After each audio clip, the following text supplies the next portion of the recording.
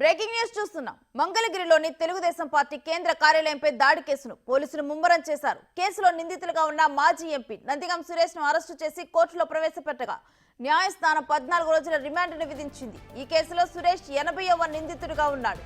ఇదే కేసులో మరో నిందితుడు Vijayawada corporation YCP deputy mayor భర్త శ్రీనివాసరెడ్డిని మంగళగిరి గ్రామీణ పోలీసులు అరెస్టు చేసి న్యాయస్థానంలో ప్రవేశపెట్టగా అతనికి న్యాయమూర్తి 14 రోజుల రిమాండ్ను విధించారు. దీంతో కేసులో ఉన్న ఇతర నిందితుల కోసం పోలీసులు గాలిస్తున్నారు.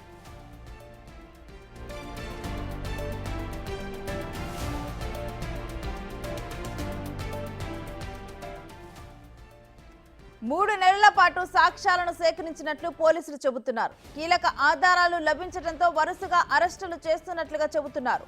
ఈ కేసులో ఇప్పటికే 35 మందిని అరెస్టు చేశామని, దీంతో పాటు చంద్రబాబు నివాసంపై దాడి ఘటనలో మరో 8 మందిని అరెస్టు చేసినట్లుగా చెబుతున్నారు. తలశీల రఘురాం, జోగి రమేష్, దేవినేని అవినాష్ కోసం పోలీసులు గాలిస్తున్నారు. మిగిలిన వారిని ఇవాళ రేపు అరెస్టు చేసే అవకాశాలున్నాయి.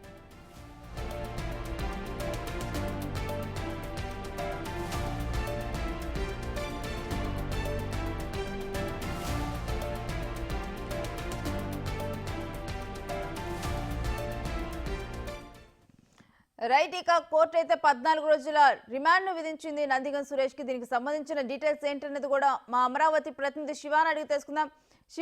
శివ, ఈ రిపోర్ట్ గురించి డీటెయిల్స్ ఏంటి, రిమాండ్ గురించి?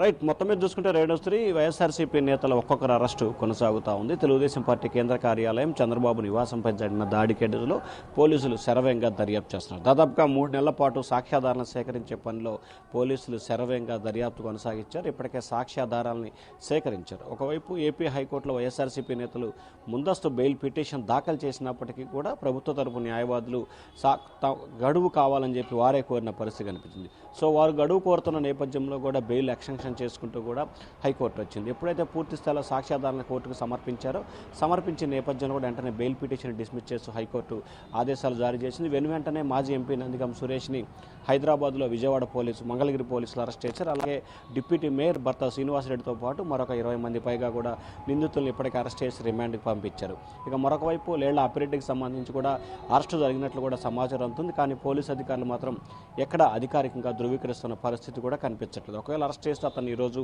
మంగళగిరి తీసుకొచ్చే అవకాశాలు కనిపిస్తూ ఉన్నాయి.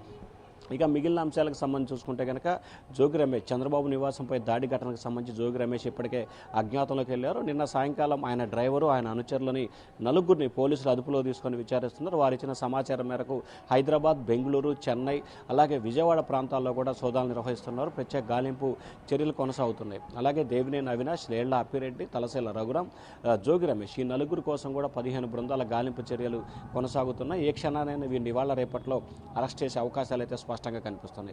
మరొక వైపు నందిగామ సురేష్ని పోలీసులు విచారణ సమయంలో తమకు విచారణకు సహకరించట్లేదు, కస్టడీకి ఇవ్వాలని చెప్పి మంగళగిరి రూరల్ పోలీసులు కోర్టులో పిటిషన్ దాఖలు చేశారు. విచారణ సమయంలో జరిగిన పరిణామాలు దేనికి కూడా ఆయన గుర్తులేదు, తెలియదు అని చెప్పి కూడా సినిమా డైలాగులు చెప్పే ప్రయత్నం చేశారు. దీనికి సంబంధించి కూడా కస్టడీకి ఇవ్వాలని చెప్పి మంగళగిరి రూరల్ పోలీసులు ఒక పిటిషన్ దాఖలు చేశారు. ఆ పిటిషన్పై ఈరోజు విచారణ జరిగే అవకాశాలు అయితే కనిపిస్తున్నాయి. మిగిలిన ఎవరైతే నిందితులు ఉన్నారో వీరందరి కోసం ప్రత్యేకంగా కూడా గాలింపు చర్యలు చేపడుతున్నారు. ఇప్పటికే విజయవాడ, హైదరాబాద్, బెంగళూరు అలాగే చెన్నై ఈ సంబంధించిన ఢిల్లీ ఈ పాస్పోర్ట్లన్నిటికీ విమానాశ్రయాలన్నిటికి సంబంధించి కూడా పోలీసు అధికారులు సమాచారం ఇవ్వడం జరిగింది. ఇప్పటికే వీరి పాస్పోర్ట్లను సీజ్ చేయాలని చెప్పి కూడా పాస్పోర్ట్ కార్యాలయానికి మంగళగిరి పోలీసులు లేఖలైతే రాసినట్టు తెలుస్తూ ఉంది. రేణుశ్రీ.